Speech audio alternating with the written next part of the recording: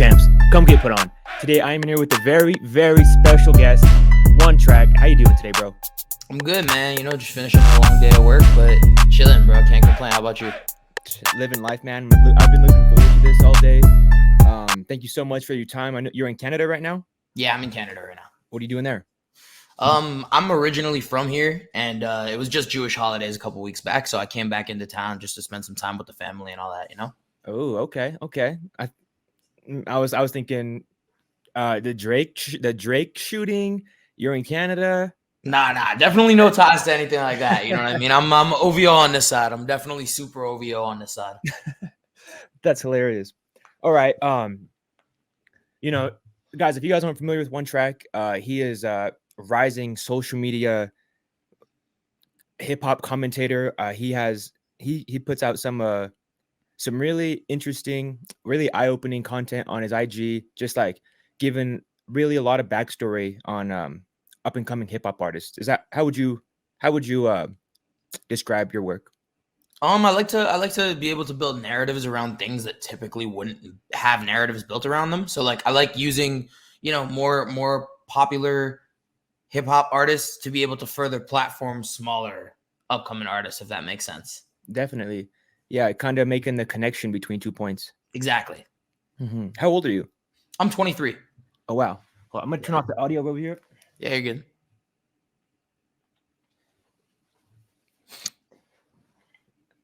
Right on. That ringing's gone now. You're 23. Man, you're 3 years younger than me, and it's crazy how in the world of social media and the world of content creation, you being younger than me, I'm still like you're like I'm looking up to you in this, man. What you're doing with your platform is really interesting. Appreciate that, man. Appreciate that a ton. So a lot of people got familiar with you through the whole No Jumper universe. How did that come about? So I was just making my regular content as I was for hold up. a couple of years. Your audio is gone. Yo. Hear me? One sec.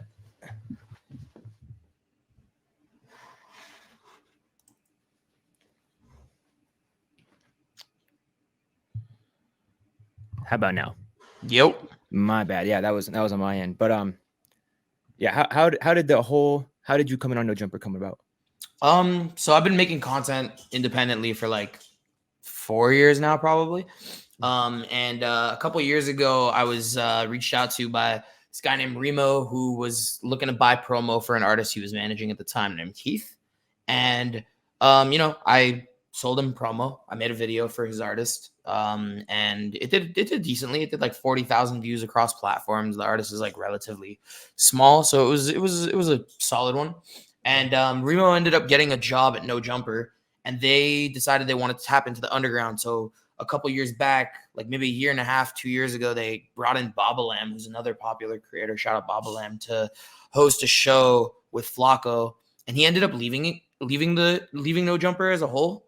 He wasn't like just a fan of like the debate that they were having. Like the environment wasn't for him, basically. Mm-hmm. And right after Babalam left, they wanted to bring on somebody else who had like ties to this like underground upcoming scene. So Remo reached out to me and he was like, yo, like you have good relationships in the underground. You have a recognizable face in the underground because all your content independently, like you should come out to LA and like meet with Adam and just see where things go. And it just so happens I was reached out to by Remo about that like 2 days before I was going to LA anyways for a separate reason. So, I went to No Jumper while I was on that trip. Adam kind of offered me the job, offered me the position. And then, a couple months later was when it kind of became active. So this was like August to November. It was like the window of me waiting on like being officially No Jumper was like August to November. Mm-hmm. That's not long at all. No, it was good. It was a good process. It was awesome. I haven't been back there in a little while just because, I just got off tour and everything. But now that they're back in LA and they're done their New York trip and I'm back, not on tour anymore, you could probably expect to see me on No Jumper at some point soon. Hell yeah. Were you watching No Jumper before you got on there? Of course. For how long? Probably started watching in like 2017. I got put on by, I used to be a huge Xavier Wolf fan, and Xavier Wolf used to like post No Jumper 24/7. Whether it was in a positive or negative light, kind of changed over time. But yeah, Xavier Wolf kind of put me onto it. And then like when X did his interview and like all of the members only guys were kind of posted up there, and I was really like trying to get into that Florida scene because I was just tapping into everything. I came across the X interview too, and that was when I like kind of connected the brand to like I had seen No Jumper before, but I didn't really know that. Like to me, it was just another Xavier Wolf interview prior to the X interview. It was another interview platform, and once I saw the X interview, I was like, oh, like this is gonna be big. Like these guys are tapped in. Yeah, it's interesting. I've been watching No Jumper for about the same time. I watch it every single day, and just hearing they had the start in the underground, the Xavier Wolves, the XXX, and then they kind of left it for a little bit. Maybe it was around the time when, I don't know, I don't want to say like AD, like the No Jumper News, the first rendition of it, when they were actually in front of the whole, produced. Yeah, like the Snapchat show. Yeah, exactly. Yeah. That was kind of when I saw like they were leaving what made them great, and they were just well, they're still great, but they're kind of chasing. I don't know what they're chasing, but what's your thoughts on that? They made their resurgence with the underground. They left it and they came back to it. Yeah, I think it's cool. Like that's like kind of what I was brought in to help do, is to bring the brand back to underground, to the grassroots, get those interviews with like Dom Corleos of the world, and who else have we done? We did like Lil Shine and Rich Amiri and stuff like that in my time since being there. So like that's kind of what my role has been, and it's the thing that I'm more passionate about. But as far as like the other stuff that they pursued, like it's a large company, so I understand why they went in the direction that they did. Like prior to me even being remotely affiliated with them. I've never met AD or any of those guys other than like House Phone that used to be hosts on No Jumper that are, no longer what would be my peers or my coworkers. I've never met any of them, but content wise, I always thought that they did a great job. Like I always stayed, even if it had stuff to do with like nothing that I was personally interested in, like in terms of the culture. So like, the gang banging and whatever, all that stuff that I'm really removed from, especially since it's so West Coast, related. They had a really good way of like spinning it so that it would keep me entertained, despite the fact that I'm really tapped out of that culture. Like I'm so not tapped into that side of things. Growing up in Canada, what kind of person were you? Or what kind of person? You're still fairly young. What kind of person were you in high school? I was a little bit of a weird type of guy in high school. I'm not gonna lie. I was a little bit of an outcast, and it's because I was so like infatuated with things that weren't like the norm. You know what I mean? Like it wasn't just rap music, and that's the cool thing. When I was 17 or whatever it was, it wasn't just that was part of my personality. It was kind of like I've always been really into like nostalgic children's shows, and like I've always been very into like things that are like unconventional and not the cool mainstream thing to be a part of, including my music taste, by the way. My palette for music like ranges all over the place.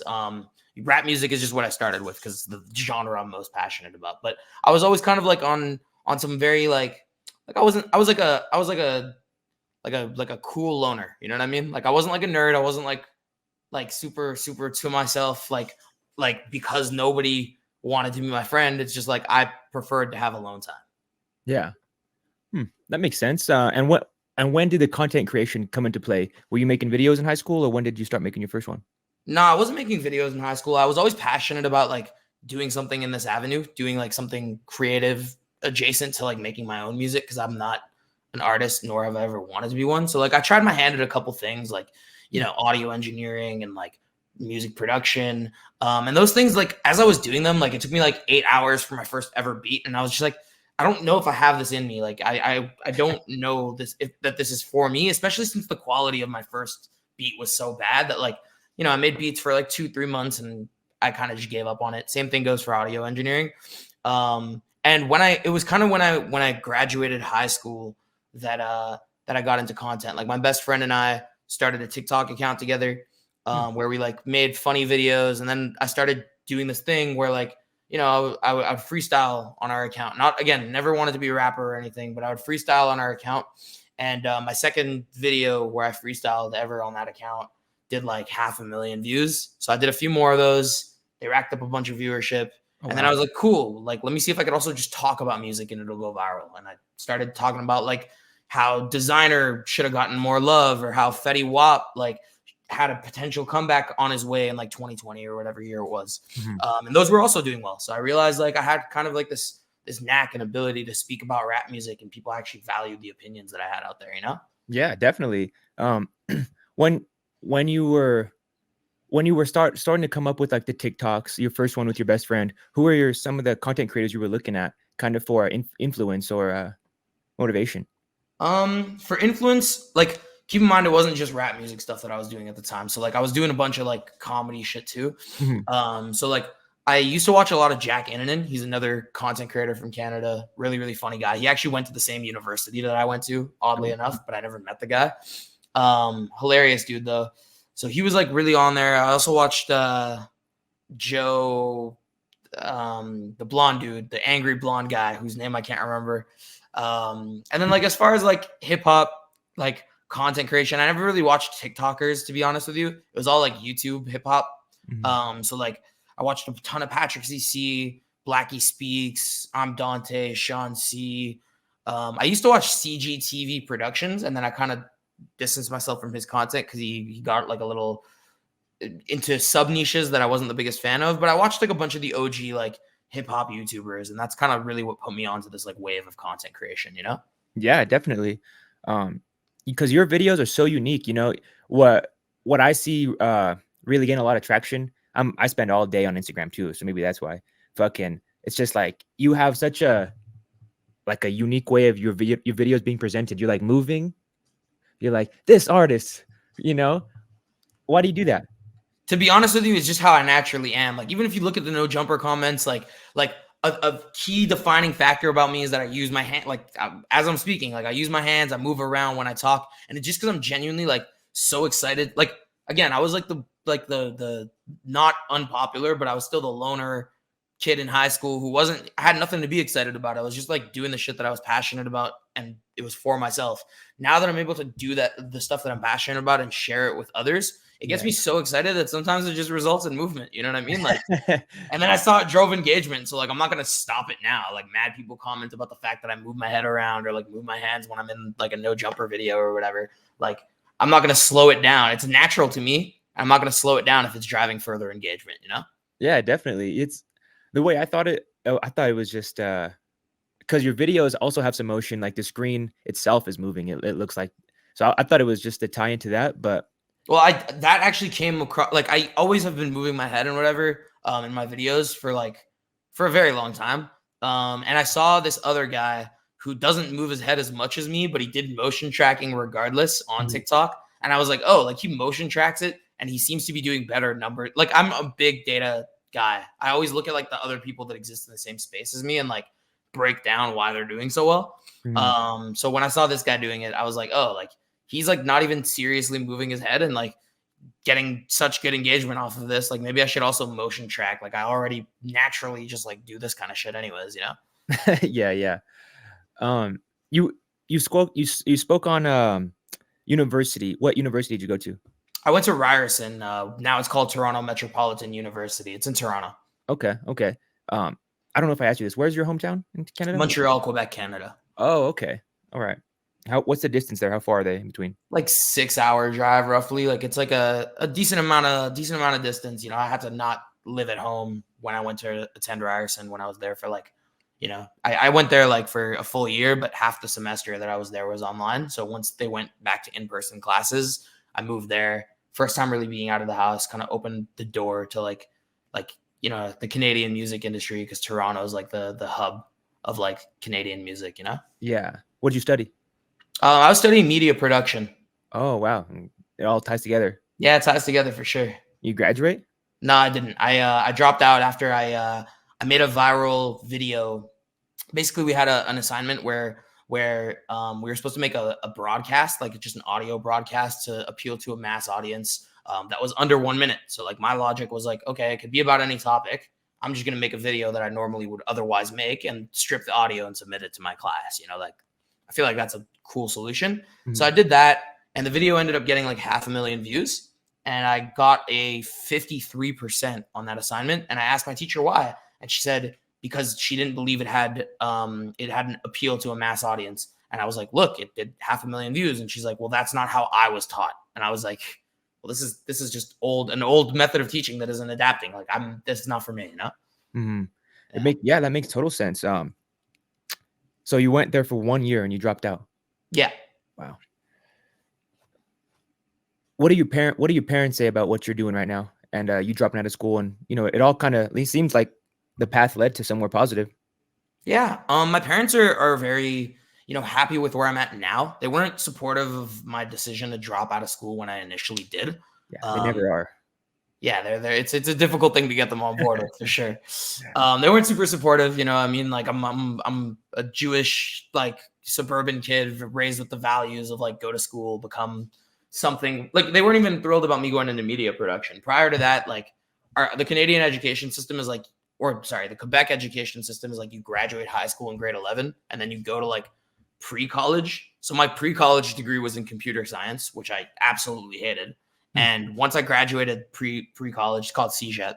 Once I graduated there and told my parents I was going to media, like they weren't thrilled about that either. So like I feel like it was like a progressive enough thing and gradual enough thing to where like they got on board once they saw that I was making some money doing what I do. And also like, I didn't set their hopes too high with like media, Yeah.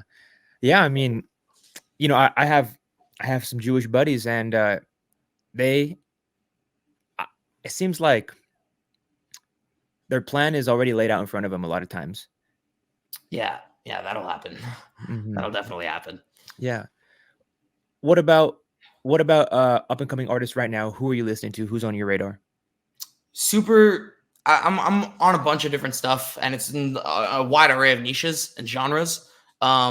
So like in the area that I exist in most, I would say like my favorite like upcoming rappers are R2RMO from New York. I think Soja Brat is from Atlanta, if I'm not mistaken. I'm not sure where she's from, but she's doing really well right now. I really like her music. Who else am I listening? Hold on, let me check. I'm listening to. Let's see. I got a couple more. I want to be able to shine as much light on the underground as I can. This guy named John Tay dropped a song not long ago. He's fire. I found this kid on my stream named Benevolent. He's dope. And then from the UK, we got this guy named Nico B, who's been going absolutely crazy as well. So like that's in the rap space. That's what I've been listening to. Mm-hmm. What about anyone from Colorado? Is Colorado even on your radar at all? You got to name me some Colorado artists, and I'll tell you if they're on my radar. Who's popping out? Lil Nate. Not familiar. I know Young MC. Yeah, that's my dog. Shout out Young MC for sure. I fuck with him. Who else is Trev Rich? Not familiar. Doobie Danks is on tour with Autumn right now. Doobie Danks? Nah, that's crazy because I was literally just at one of Autumn's tour dates like a couple weeks ago. I've never heard of that guy though. I'm not gonna lie. Oh wow. Let's see who else is Rick G. Nope. No? This is crazy. That's fair, man. And why do you think that is? Why hasn't Colorado broken out of its own casing to people like you? I can't like since I'm not from there and I clearly don't know the culture. I can't really answer that question too like straight. You know what I mean? A lot of I'll speak to like the general. You know what I mean? If a city feels as though no one's breaking out, oftentimes like with my city specifically, it's like because people are so hyper focused on becoming like the guy or the lit guy in their own city to the point where they don't see bigger picture. So like people outside of the city don't really hear or catch wind of it. Young MC's doing a good job of not falling victim to that. He's, in my opinion, he has some of the best, like, I wouldn't even call it marketing. He just has some of the best like fan building I've ever seen in my entire life. Like he does a great job. And I'm like very confident that if he catches a moment where he gets a viral song, it won't be like he comes and goes. Like he'll actually build a really efficient fan base around that, in my opinion. Yeah, I agree with you. Have artists reached out to you to manage them? Yeah, I get probably get like 10 DMs like a week asking to manage them. These are all like people who feel as though they're ready to have managers, but don't really have things to be managed. So I always kind of, hit them back with like a positive response of like, hey, like you really need to work on this. Don't look to get a manager to elevate you to that next level. Like you should try and do that independent of management. You know what I mean? Yeah. I think to that note, on your end, you said you never had any interest in being an artist. I think with that perspective, it gives you more of a background image of the whole picture. You could see where color is lacking over here and here, and as the artist, you're face forward with the art. Yeah, I try to, you know what I mean? I feel like when people are trying to pursue too many things at once, like when managers want to be artists and there's like a whole mix up and there's no lines drawn between it, people really have a difficult time setting their own ego aside to look for the overall best approach for the people that they're working with, and it can cause some serious rifts. So I think that's why I've seen like success when I work with other people on their stuff. Like I can really separate myself as like OneTrack, the creator, and when I'm working on my stuff, it's all focused on me versus OneTrack or Josh, the consultant on this project or the marketing advisor on this project or whatever it may be. Like I think that's like a distinction that needs to be made clear. And like when you have people who kind of had the initial goal of being an artist or whatever it is, they kind of lose sight of it. You know what I mean? Yeah, definitely, man. That's the problem with, like they always say, artists signing to other artists. Yeah. Who are they really worried about? Yeah, I was literally thinking about this earlier today. That's crazy. It's like that occurred to me like literally a couple hours ago. That's nuts. Wow. Great minds, man. What is the name OneTrack? Where'd that come from? To be honest with you, I didn't even come up with it. I used to run like my page, my platform as a hub for underground talent, but I used to be tapped into a very different space, different I don't know, subculture, hip hop. And it's not like a style of music that I really listen to anymore. But when it was under that, it's like more of a grimy, like, you know what I mean? It was like lyrical, spiritual, miracle stuff. And that's like more grimy branding surrounded.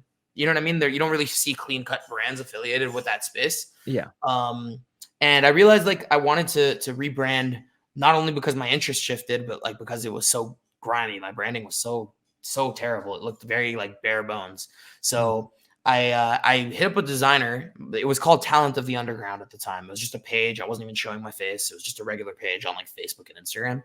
And I hit up a designer and I was like, hey, can you just like cook something up and take these logos from Montreality and Lyrical Lemonade, et cetera, as inspiration as to what this design should look like. And she came up with the logo without like the brand and without like any of the writing inside. And I was like, oh, this is cool. And I brought it to a friend of mine who's like a real creative guy. He's like a director. He's a very, I've known him since I was probably like 7. And he's always been like one of my more creative friends. And he's like, yo, like it would look really cool if it said like OneTrack Mind in here. And I was like, oh, cool. I'll take it. Took the OneTrack Mind. And then I got the Instagram handle OneTrack a couple years later. Mm-hmm. And when I got that, people just started calling me OneTrack, and like kind of, it became less of like a brand and a platform on its own and more of like me being OneTrack, the creator. And then I just ran with it. Yeah, man, that's an interesting story. Adam from Adam 22 from No Jumper. I feel like I see so much content where they're just like, no jumper. They're like, Mr. No Jumper, type shit. At some point you're gonna, I don't know if it's playing a caricature of your own media, like I think that's why it's important to rebrand and refresh, because then you don't want to be OneTrack forever. I don't think.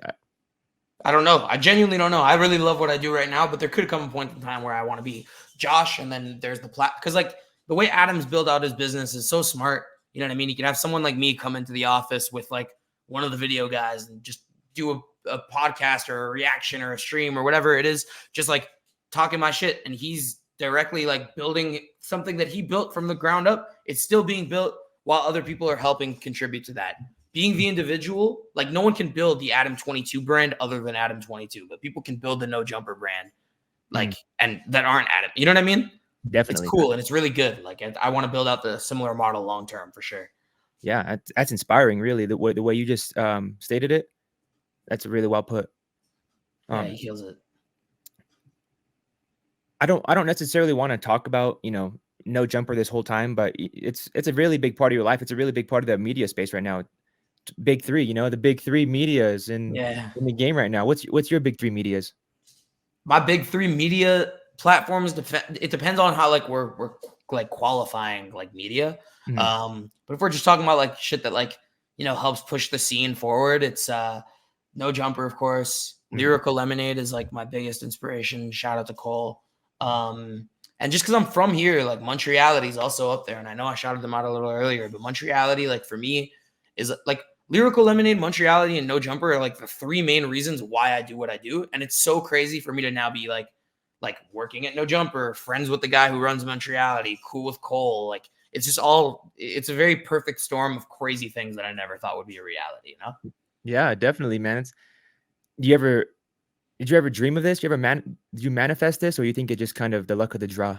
I manifested it. I've posted tons of times, like before I had anything going for me. Like I'd post Cole Bennett's vlog from his first show with, his first festival, talking about, like 5 years ago, I threw my first show with Uzi, and now he's headlining my festival with like a ton of other artists outdoors and 50,000 people and da da da da. I've posted that being like, I'm going to meet this guy one day. I'm going to like accomplish similar goals to this guy, et cetera, et cetera. I've applied for jobs. If I go into my email and I find my old emails sent. I've sent Montreality like 100 emails that they didn't reply to at the time. And then when I met them in person, they already knew who I was with my content and whatever it was. Adam22, if I scroll up in my DMs to him, like even if you scroll on my profile on TikTok or YouTube Shorts or whatever, like I literally have a video where I say, I am Adam22.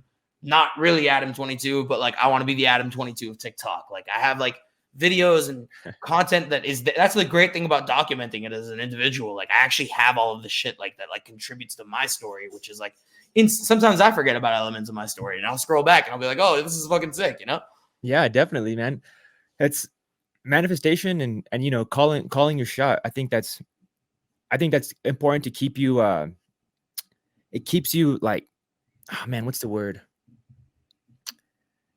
It keeps you in the game. Like because you know, you don't want to look like a fool, I guess. You know, what do they say? I was watching this interview with, I think it was Kevin Hart, and he said like my biggest motivator was just to prove to people I'm not a loser.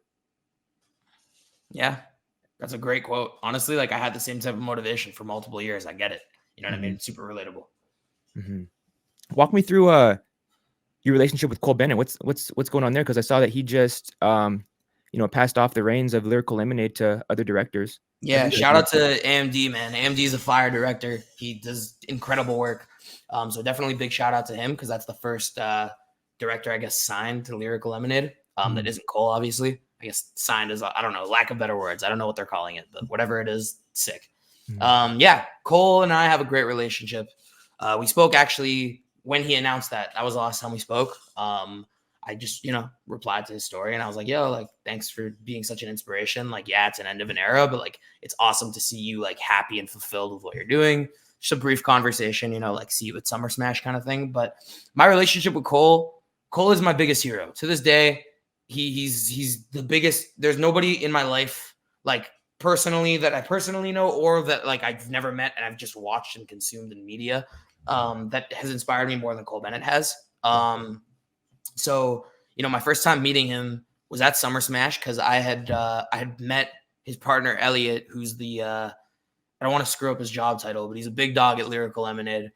I had met him and he invited me to Summer Smash. And I went to Summer Smash. This is like 2 years ago. And at that point, like Cole had already made it publicly known that he knew who I was. He didn't follow me or anything, but he had shared like a couple of the videos that I made. And like when I knew that I got on his radar, I tripped out. Like I was living alone at the time in Toronto. And I remember he posted it and I skipped around my kitchen like a little girl. Like I was so happy. And when I went to Summer Smash 2 years ago, I was there with Wiz Khalifa's team. I used to work with Wiz's team, like the Taylor Gang team a couple years back. So like we were chilling backstage with the Wiz team and we saw Cole walking by and I'm nervous as shit. Like I don't fan out over literally anybody, but with Cole, I give myself the pass. Like I was so excited to see that guy because I've been like it's been years that I've just been dreaming of being in the same room as him, right? Yeah. So we see him walk by and I'm like, fuck, like I don't want to disturb him because like it's his festival. I'm sure he has a million things to do. Like I know he probably would recognize me, but I don't want to disturb him. So I was just like contemplating for like a cool 5 minutes whether or not I should go up and say hi to him. And he was like walking with Zach Bia and I didn't want to. I knew who Zach Beal was too, so I didn't want to like interrupt. It was like a very, you know what I mean? It seemed like a closed, like an intimate conversation that I shouldn't be interrupting. So Yeah, like, I kind definitely. of stood to the side, and then my manager Shaq was like, "Nah, like you can't. If you don't say hi to him, you're gonna regret it. Like you have to like meet the guy." So he goes, "Yo, Cole." And then Cole turns around and looks at Shaq, and he's like not really recognizing him. So he gives him like a kind of confused, like happy but confused look. And then he looks at me, or Shaq points at me, and he looks at me, and he goes, "My guy." And he comes and he daps me up, and like we have a quick conversation. It was really, really cool. That was the first like time I met him, but that was the first day of Summer Smash. And then all throughout the weekend, he would like, he pulled up on me with Corday and like big me up to Corday. He was so nice about everything. Every time he saw me, he'd be like, "Yo, that's my guy." I was like, "Yeah, like super cool." Like it's cool that he shows as much love as he does to like upcoming creators or creatives. And every time I've seen him since that first Summer Smash, whether it's at another Summer Smash the following year, or Complex Con, or saw him in Toronto a couple years ago, like wherever I see him, it's always just like even more love added on. And like even though he's not, we don't talk every day or whatever, it's cool to like catch up with him, and he'll tell me like, "Oh, I really like that piece you did on da da da da," or like, "Congrats on being part of No Jumper." Like, wow, like my hero's really staying in tune with what I have going on. That shit is crazy, Yeah, man.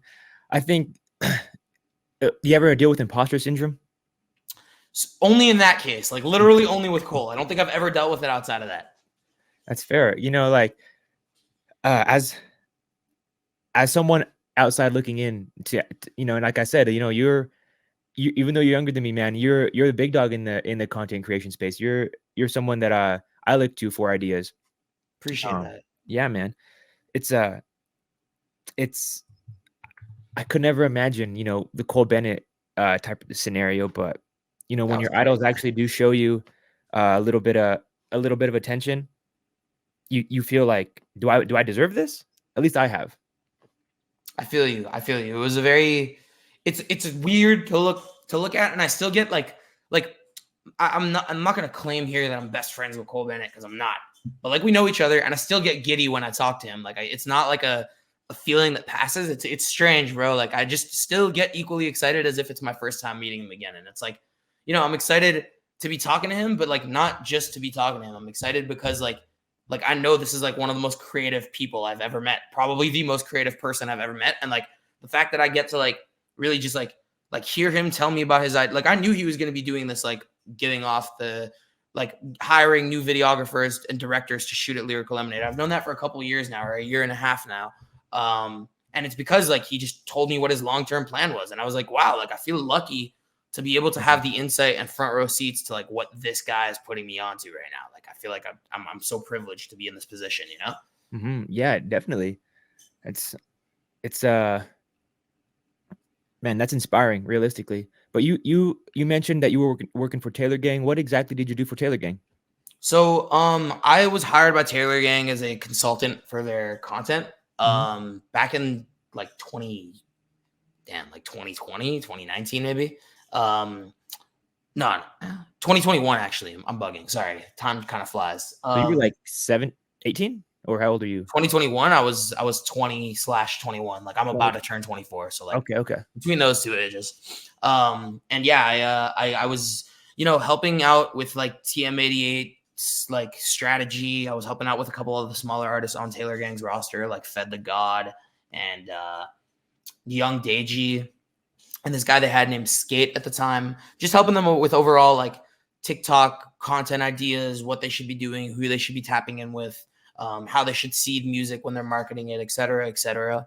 And then, like I've always just even when we parted ways and it was on very good terms, I've always maintained really good relationships with them. So you know what I mean? The Taylor Gang guys, that's like family. Irving, Will, everybody over there, like that's those are really my guys. Those are like probably that was probably the first real like opportunity I've had in this industry, I would say. Yeah, how did that whole link up even come up? That being your first.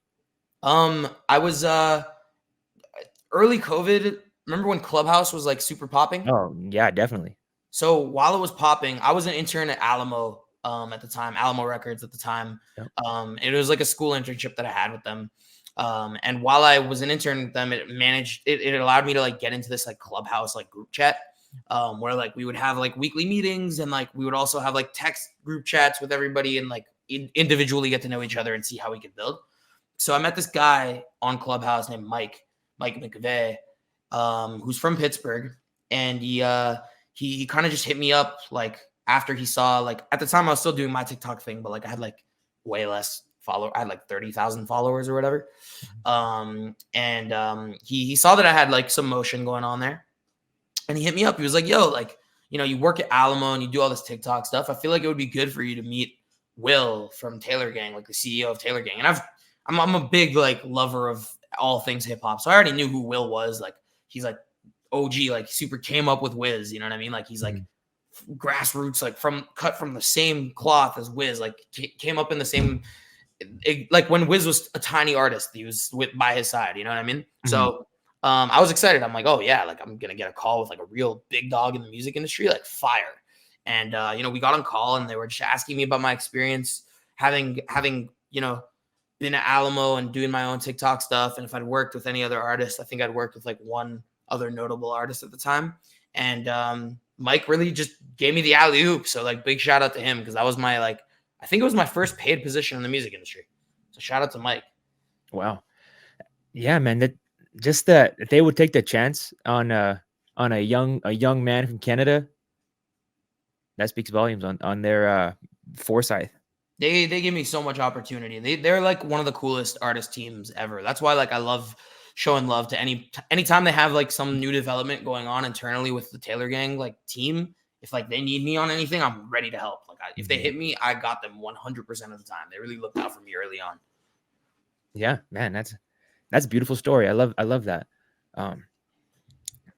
What about how do I ask this? What about bad things, bad relationships, or, you know, learning experiences that you came across? You got any notable ones? Yeah, I'm gonna use very loose terms though, because I'd rather not, like, you know, reopen old wounds. Yeah, no names. So I had gone to like an event, and I really did not enjoy the access I was given to at an event. And instead of going the proper channels, you know, sending an email or talking to whoever I needed to talk to be able to like better situate myself for the next time around, I kind of just took to my Instagram story and put them on blast. Like, I dropped their Instagram handle. Ooh. I was like, hey, like, appreciate you guys for bringing me here, but like, if you want me to do my job and be a media personality, like, you have to let me get my cameras into the places that I need to get them into, and you're not letting me do that. Like, you're prohibiting me from doing that. Ooh. What's up?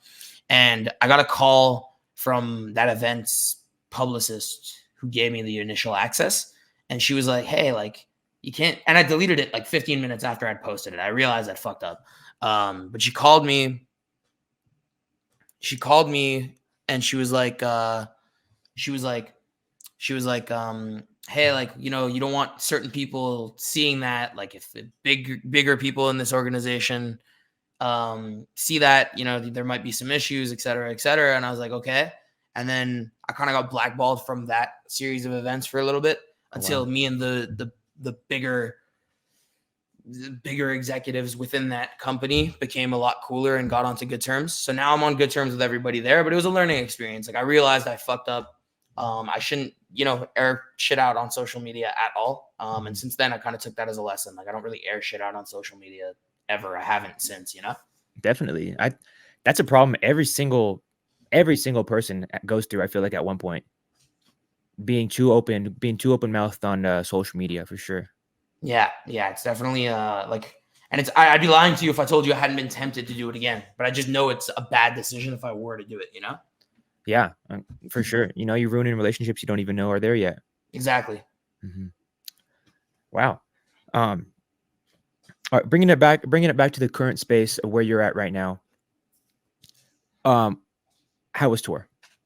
Tour was lit. Tour was super fun. I went, you know, with Killy and Smiley, and Killy's somebody, I'm Canadian, right? Like, I've been listening to Killy since I was fucking 16, 17 years old. So like, to go on tour with him across Europe for 2.5 weeks was awesome.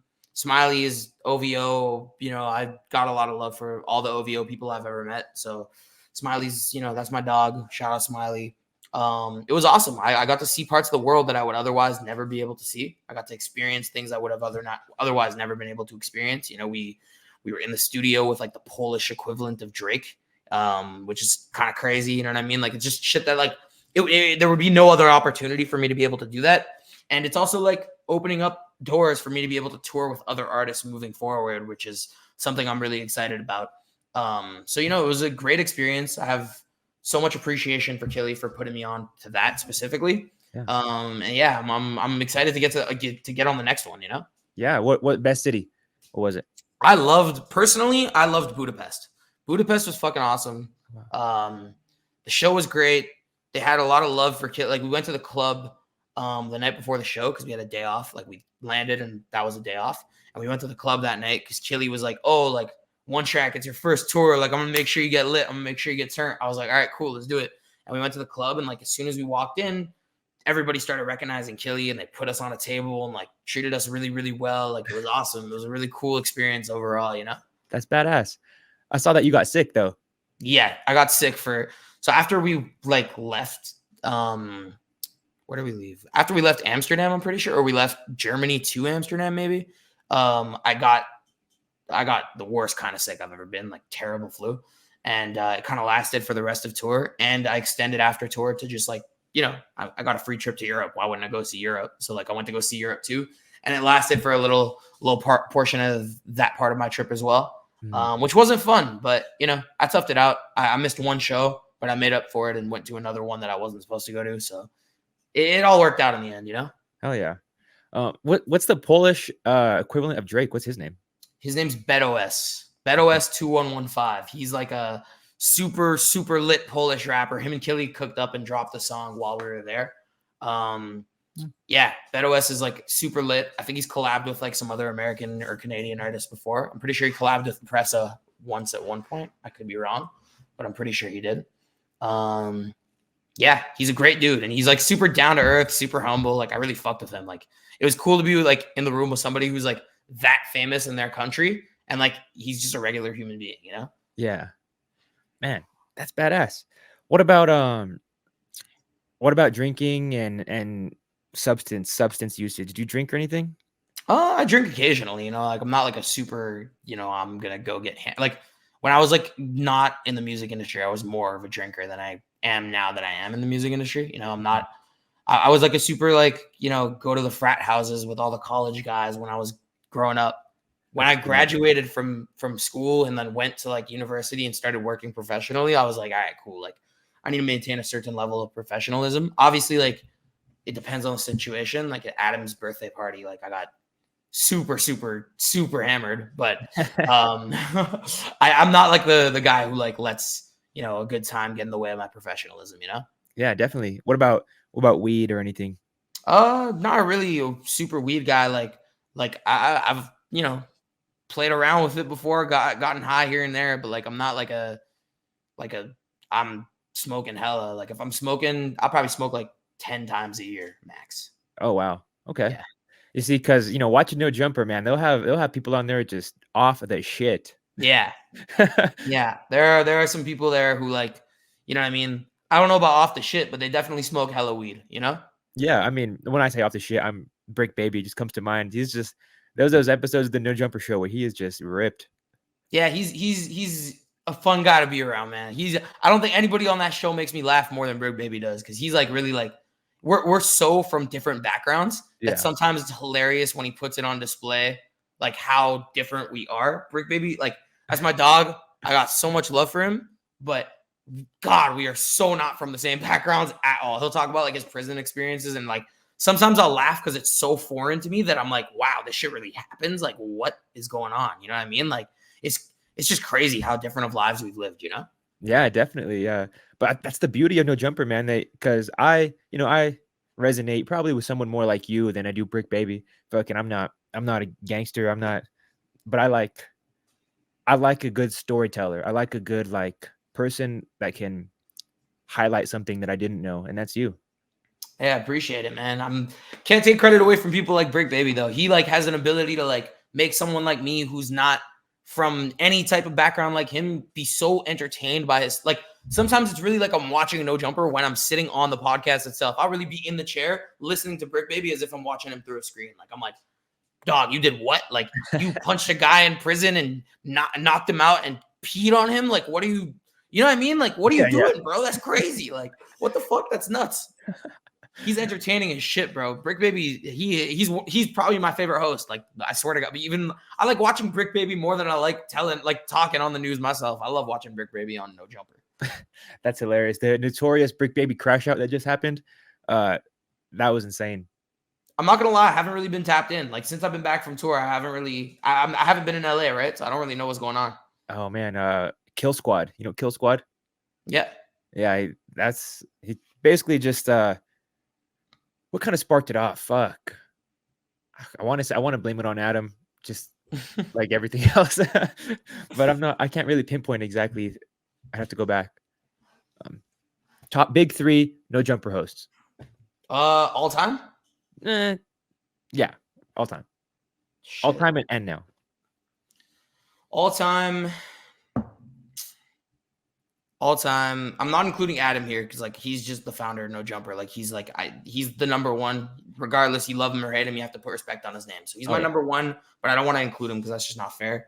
I love Flacco. I think Flacco is an amazing host. His knowledge of hip hop is so there, and like his ability to troll at the right moments is also hilarious. Like I think he's just great at what he does. It's a good one.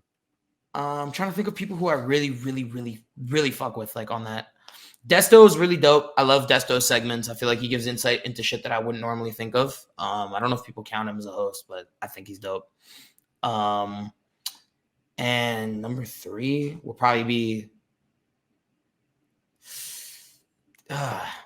honestly, like it might be controversial. If anyone at No Jumper is watching this, don't take offense to it, but I got mad love for House Phone. House Phone was one of my favorite hosts ever. Like I really fucked with, and honorable mention to Cam Girl. House Phone was dope as fuck though. Like I used to love watching House Phone back in the day. Yeah, definitely. You keep up with him still? Do you watch his what's called Reconnected? I don't. The last thing I saw with House Phone, like to be honest with you, I stopped watching everything related to him once he left No Jumper. Ooh. And then I met him for the first time at Complex Con when I was there representing No Jumper, oddly enough. And after I'd met him, I kind of like tapped back into his content and stuff. But then I saw he was like, I think he sells clothes to his like some of his clothes from his wardrobe to like his fan base. And he was like super taxing, and I was just like, I'm gonna unfollow and like not really like stay super tapped in with what's going on here. Not in like a like I don't fuck with you kind of way, but it was just like the shit was just so removed from what I'm interested in on an entertainment level that like I didn't feel a need to still be tapped in with what he had going on. Yeah, definitely. That's fair, and he's only selling fucking size 9 sneakers because they're his or some shit like that. Yeah, it wasn't really my cup of tea as far as like entertainment goes, Yeah, I respect it. I speaking on Desto, he is no longer there just because of the whole community back on Fig. Oh, I mean Desto Dub. Yeah, Desto Dub. He got ran down on at that Sexy Red concert, right? I have no idea. I have not been tapped in. I have no clue. Did he? Oh yeah. He got pressed by ran down on is a stretch of the word. He got pressed by Ace Boy Pun and I forget who else. But after that he's no longer on No Jumper. Really? Well, from what I've seen, maybe there's some when did that happen? When did that happen? Like 2.5 months ago? Nah, he went to New York for the pop-up though. That was like a couple weeks ago. He went no, the pop-up for show, but like as far as on camera. Oh, really? I didn't know. Like last time I was in LA with him, I think he had just done a segment like the day before I did. So like I haven't really been like, I'm not really super tapped in with what everybody else has going on because there's a lot of drama within the existing No Jumper, host community. Yeah. But everybody who shows me love on a personal level, I have auto respect for, and then when they're entertaining hosts, like, you know what I mean? There's just no stopping it. Perfect storm for me personally. Hell yeah. So you went to the pop-up? I didn't know. I had just gotten back. And since I had just gotten back, I was kind of just like with a combination of both like getting over my being sick and also like Jewish holidays being right around the corner from when I got back. I was just like, okay, cool. I'm going to stay in Canada, wait out the Jewish holidays. And then like, now I spoke to Remo last week, and we're figuring out a new time for me to get back out there and like, get back on the content grind with them. Oh yeah. What's Jewish holiday? What is a Jewish holiday? Well, I know like a Jewish holiday is like Hanukkah. Yeah. The Jewish holiday that was like going on when I got back was Passover. Oh, okay. Yes. I did see that actually. Yeah, it was Passover like 2 weeks ago? Mm-hmm. A week ago? Yes. Something like that. I did see with the whole Palestine and Israel thing, I think Iran bombed Israel like during Passover, right? Yeah, they sent 300 missiles, ballistic missiles, and like rockets and whatever in Israel's direction. I think they like 99% of them didn't hit because like Saudi Arabia, Jordan, the US, and like somewhere else, or like the UK, whatever, helped them, contain the situation as best as possible. So I've been tapped into the politics side of things a little bit. I've been keeping up to date. Mm-hmm. What's your opinion on the college sit-ins and all those young people getting, seems like, harassed for just trying to speak their mind? I'm a big believer in, I'm a big advocate for free speech, huge advocate for free speech. I think you should be entitled to express yourself freely, and I think if you're not breaking the law in doing so, you're like, if you're getting abused by any type of police or law enforcement or whatever, you shouldn't be arrested for executing your right to free speech. I think there's a line though, because if you're publicly showing yourself, destroying property or vandalizing or whatever it is, and law enforcement, or not even just law enforcement, but your government, respectively, to wherever you are, is letting you actively get away with that, then it kind of blurs the line of what is allowed and what isn't. It's like, for me, it's not even about what they stand for, whether it's for or against what I personally stand for. I'm not really like I don't really care. I'm just a big believer in free speech. Mm-hmm. So I think you have the right to execute your free speech. Like, go and speak about the things that that you believe are genuinely wrong or genuinely right or whatever it is. That's totally cool. Don't vandalize other people's or institutions or whatever it is property. I think that's like a line that shouldn't be crossed. I just don't think, especially if the institution isn't like really responsible for the underlying issue that you know what I mean? Mm-hmm. Like, the institutions in America or North America as a whole, like, have a very, very minimal control over what's actually tangibly going on in the Middle East. So I don't think it's like, it's just like, I think that vandalism and destruction of property is wrong across the board. I'm not for that, but I'm totally for, like, if you have an issue with what your institution is doing, go and protest it. Like, be vocal about it. Don't break the law, but be vocal about it. Yeah. Is that happening in Canada? Because across America, it's happening everywhere, even in Colorado. It's happening here as well. I'm not the biggest fan of the way it's being executed here specifically. I can't speak to anywhere else in the world, just because like what I can physically see, I can speak to. Mm-hmm. It's just, again, if you're not breaking any type of laws and you're speaking your mind, more power to you, regardless of whether or not I agree or disagree with you. Like, I support your right to do that, like, all the time, through and through. There will never be a time where I say like, fuck you because your opinion is different from, you know what I mean? I'm not that person. But as far as, as far as doing things that violate the law, I feel like it's a slippery slope, because like, then what is acceptable versus what isn't, if you're just saying all the law, you know what I mean? Yeah, I definitely know what you mean. You have to make a rule and stick to it. You can't break a law just to protest another law. Yeah, exactly.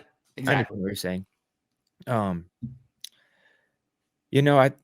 When it comes to that, I feel like most of these students, they're so, I would say like 90% of them are uneducated in the actual facts of what's going on.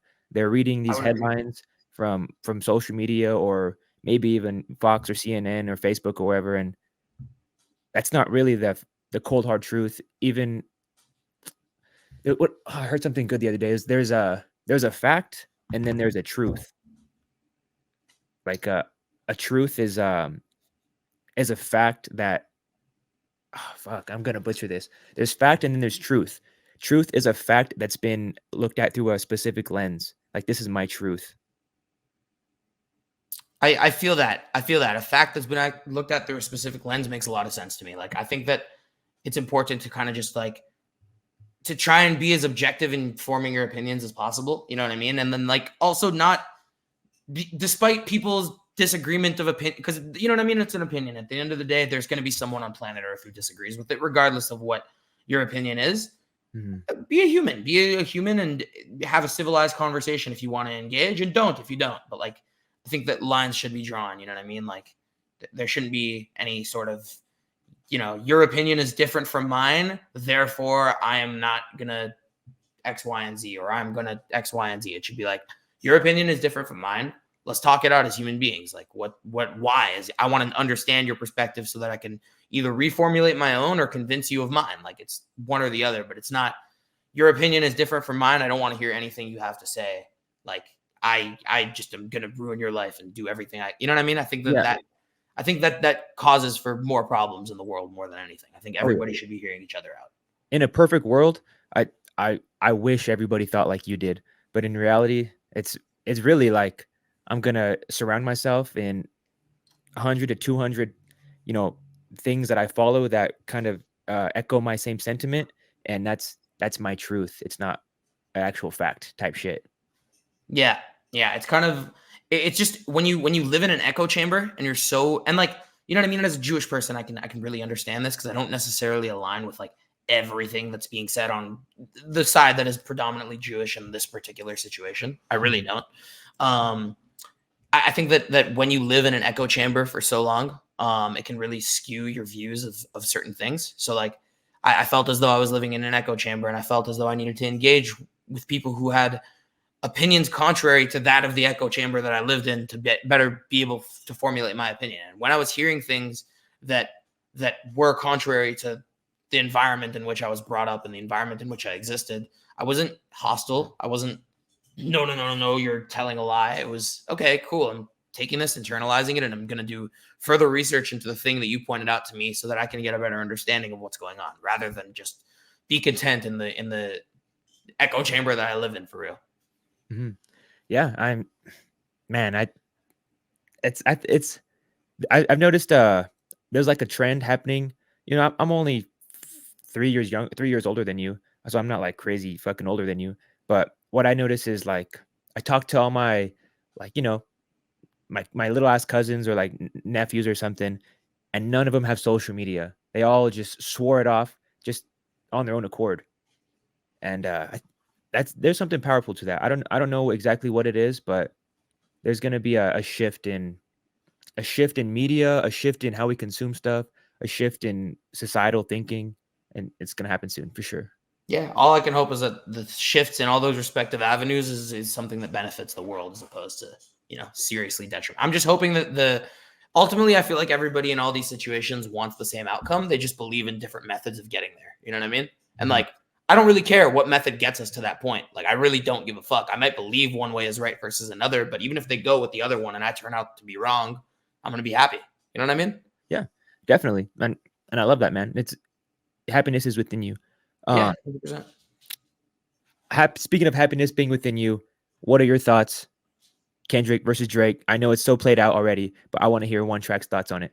I'm riding for Drake, bro. I'm super riding for Drake. Drake did one of the most historical things in modern rap history and fed a fake story to get a diss track response prompted to him. I've never been a Kendrick fan.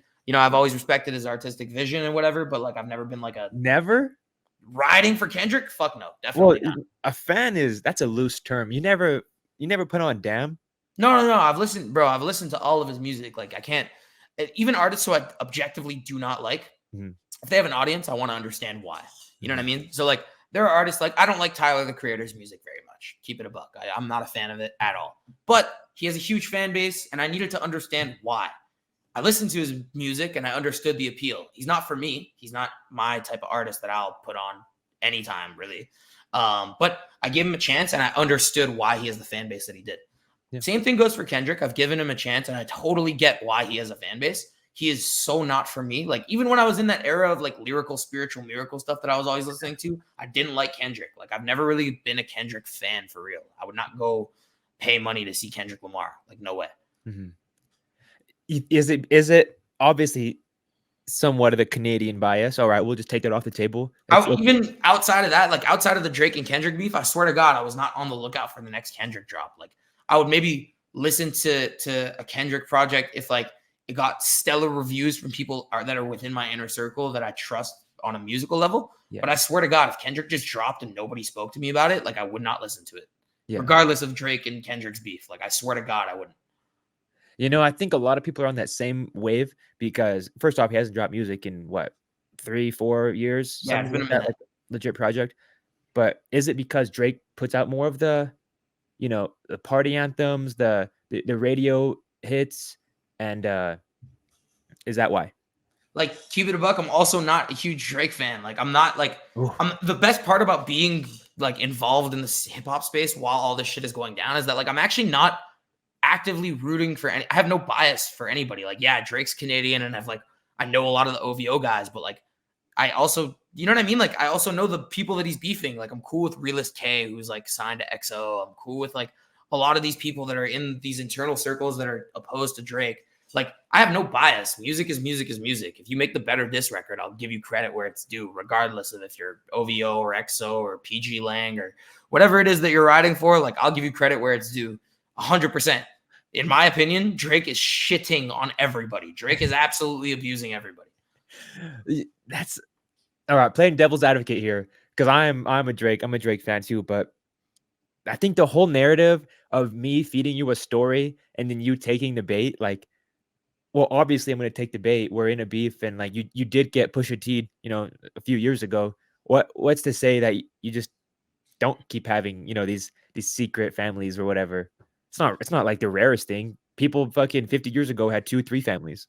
Yeah, but like your job as like a artist is not to try and like ride the first thing that you can get and clench to it. You know what I mean? Like Kendrick clenching to something that he couldn't verify on his own is kind of crazy to me. Like I wouldn't like unless it's like something that can't be disputed.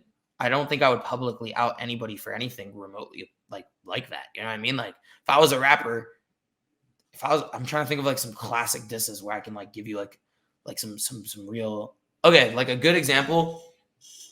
A really good example is like Eminem dissing like Mariah Carey. Very, very specific thing. He wasn't like theorizing shit about Mariah Carey. He was like, in our relationship, this happened. In your relationship with Nick Cannon, this happened. And all of these separate relationships, these things actually happened. It was never like, I'm theorizing about what you do in your free time or whatever it is. And like, that's what Kendrick was doing. He was really just theorizing. Nothing. He didn't expose anything new. Like, you know, oh, you talked to Millie Bobby Brown. Like, yeah, everybody already knew you talked to Millie Bobby Brown. Like, what else? Like, Yeah. You know? Yeah. I think where Kendrick got like the you know the gold star was he started to, obviously we don't know these people, and most people will never ever meet Drake or Kendrick, but he started to theorize or pseudo break down his mindset. You know, he's like, oh, you feel like this, so you're like this, and then we're making these like personality connections, and we're like forming this personality for Drake in our heads.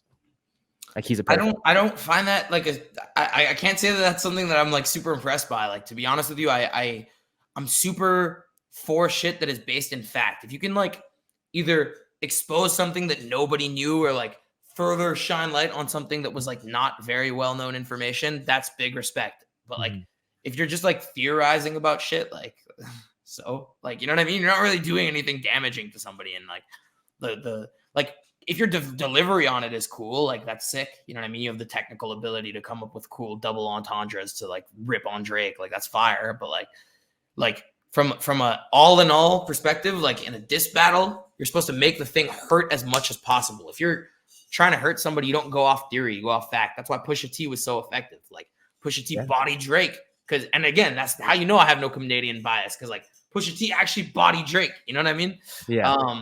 And he did it because he exposed something that was true that Drake had ready. He ruined Drake's rollout plan for his son. Like that is insane. You know what I mean? He had the whole shoes lined up for him, didn't he? He had like everything lined up. He had a whole, I think he was dropping a project in the same time as the shoe thing. Like he had a whole bunch of stuff planned out. And Pusha T smoked him. Like just from a pure hip hop, who wins, who loses perspective. Do I know more Drake records than I know Pusha T records? Absolutely. You know what I mean? It's everyone. You know what I mean? I've seen Drake perform more times than I would pay to go see Drake perform. I probably wouldn't to go see Pusha T perform. Ugh. But like, who won objectively? Pusha T smoked him, you know? Yeah. You know, and yeah, you're definitely not wrong at all. I think it's just interesting to hear, because at this point, every single podcast, every single media person has fucking played this whole topic out. Like I kind of am dreading listening to the same fucking Joe Budden talk about this shit still. But it's interesting to hear you actually say like I don't really.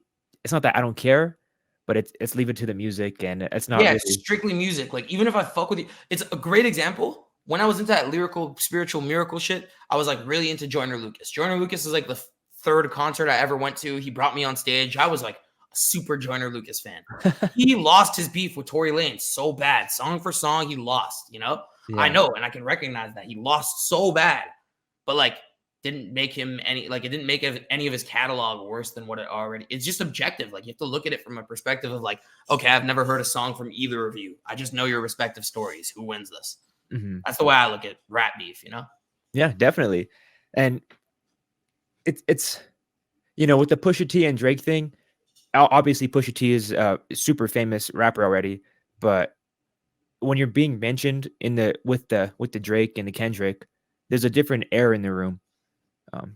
So, and even with that Joyner Lucas and Tory Lanez thing, obviously Tory Lanez is out of the stratosphere when it comes to if you were to compare him to Joyner Lucas, they're nowhere near really. 100%. Yeah. 100%. They're not like comparable in like size, but like as far as like technical ability, like on paper, like there's a reason why Eminem collabs with Joyner Lucas and not with Tory Lanez, and it's because his technical ability is just there. Like, you know what I mean? He's a very talented classic hip hop artist. Like, he is. Like, if he was around in the 90s, he probably would have been the biggest. Or not around in the 90s, but like, you know what I mean? If he was I prominent as an artist in the 90s, like he would be a super lit 90s artist. Like, Tory Lanez is out of the stratosphere because he adapted his style to like really fit the mold. Mm-hmm. But like, that's why I thought he was going to lose. I was like so convinced that Tory Lanez was going to get shat on, completely smoked. And I heard the first Joyner Lucas diss, and I was like, oh yeah, Tory's done for. Like, it's done. It's over. Then I heard Tory Lanez absolutely body him, and I was like, all right, never mind. I made a mistake. Like, yeah, and like I keep bringing it back to the point. Like, yeah, it's drawn out, but this point of hip hop, we've been doing. I'm sure you've been doing this hip hop, your media thing for how many years now?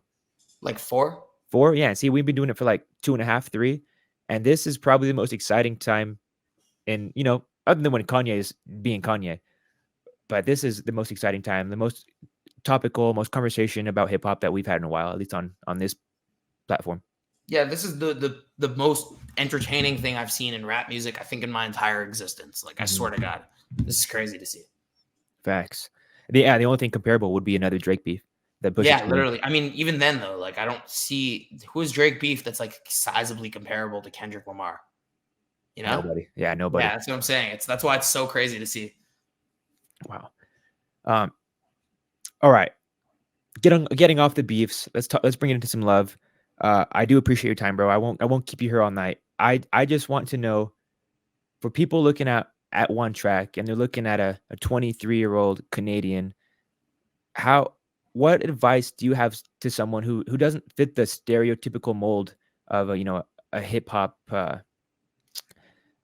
mogul? What did you have to say to them?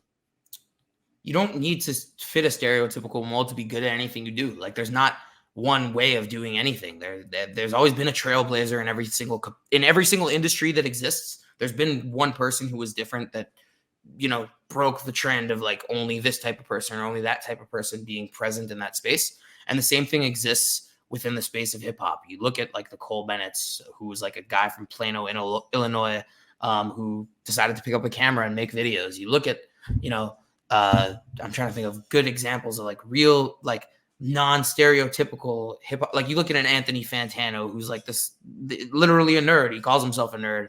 Like, it's not the typical thing you would think of, the most revered music reviewer in the internet space. These are the people that are trailblazing, lanes though. These are people that are starting new waves, and I don't think you need to conform or adhere to any specific standards to be able to put yourself in position. And I think that there are a lot of people that you can look to, maybe not as examples of what you should be doing, but as examples of people who've made it despite not going in accordance with what is to be expected. So my advice is just to just keep carrying on. Like, don't change yourself. I faced the dilemma of trying to change myself multiple times, tried acting like something that I wasn't. And all I was left with regret. So I strongly advise to just stick to your guns, be who you are. Wow. You know, and that's hearing that, people are going to be like, I haven't seen literally any tangible signs that I should keep going. But have you seen that meme where it's like a little miner and he's like going towards the diamonds? Oh yeah, and then he stops right before, like he got that little skinny piece before and he goes back. Yeah, I've seen that. That's kind of what it's reminding me of. You never know how close you are to the finish line.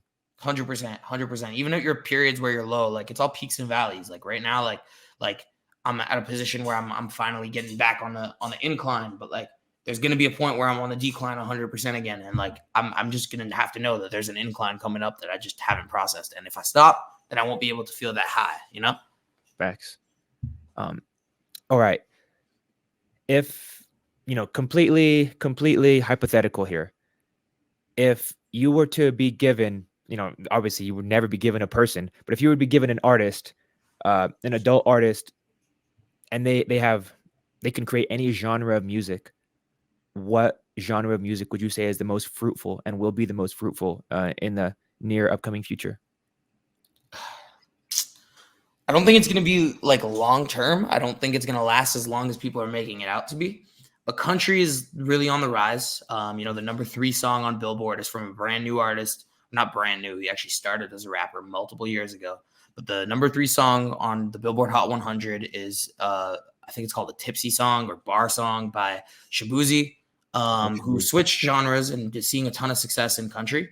So I think it's going to be a really prominent genre. You know what I mean? Post Malone and Morgan Wallen are dropping in 3 days. That's probably going to go number 1 as well.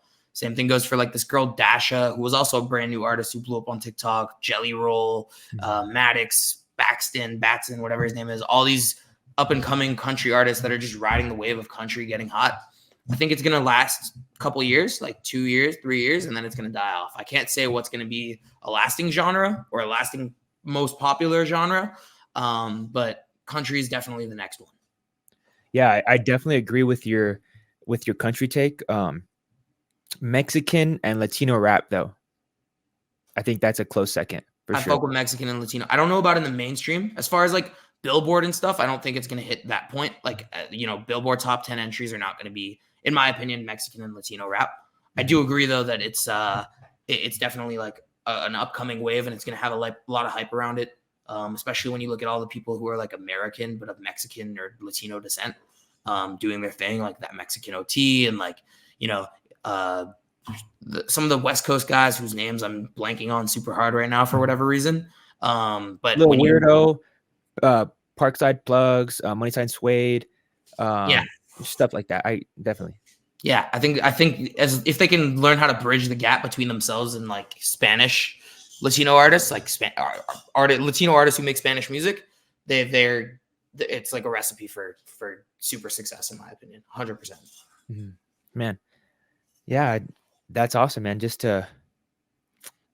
I talked to this guy, Cody Cause. He's a really good friend of mine. He just got signed in Nashville, Tennessee to Combustion Records. But he tells me that his agent, I guess there's like more of a music theory idea. But if you think of music as like a pendulum, like always constantly swinging, back and forth that way and that way, it's like kind of fuck the establishment over here. And then we have, kind of the country wave, and it's always constantly going back and forth through society. Like it was rock and roll, and then it wasn't, and then it was like hard hip hop, and then it wasn't.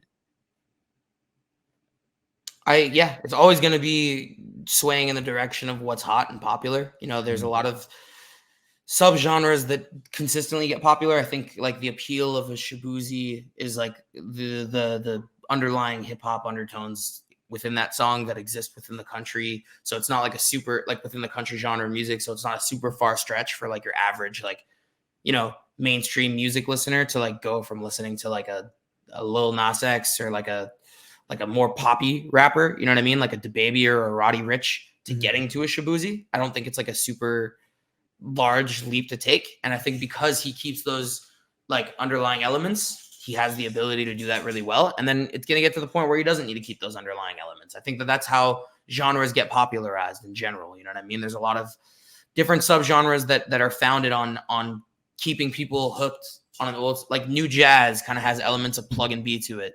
The reason why it got hot is because all the plug and B fans started looking at new jazz, and then they built up artists like Lunchbox and, you know, I mean, Yeat does some new jazz as well, whatever it is. It's all just incorporating elements from different genres of music to be able to, you know, bring fans from that genre while simultaneously combining it with another one. And that's how you really build in this industry. Like, that's why so many of these country artists have so much potential, you know? Wow. Damn, man, you are the smartest motherfucker when it comes to music I've ever talked to, man. You appreciate that, man. Yeah, you really have a bright future ahead of you, man. And I'm so glad and thankful that I could have this hour conversation with you, man. Thank you again. Thank you, man. Appreciate you and your time. Heck yeah. OneTrack, where can the people follow you? Y'all go follow me on Instagram at OneTrack, TikTok at OneTrackM, YouTube, same thing. Twitter, OneTrackM, even though I don't really use it very often. And yeah, man. Or you could just tap into my Discord and we could talk and have the same types of conversations, you know? Right on, man. I will definitely hit up all those. I came across you through IG, and I need to tap in with the other platforms. Appreciate you, man. Hell yeah, big love. Heck yeah, man. All right, guys. OneTrack, Street Champs. Y'all know what it is. Peace. Hey guys, thanks for watching. We just hit 5,000 subs and we're trying to make it 6,000. Help us out and hit the subscribe button. Peace.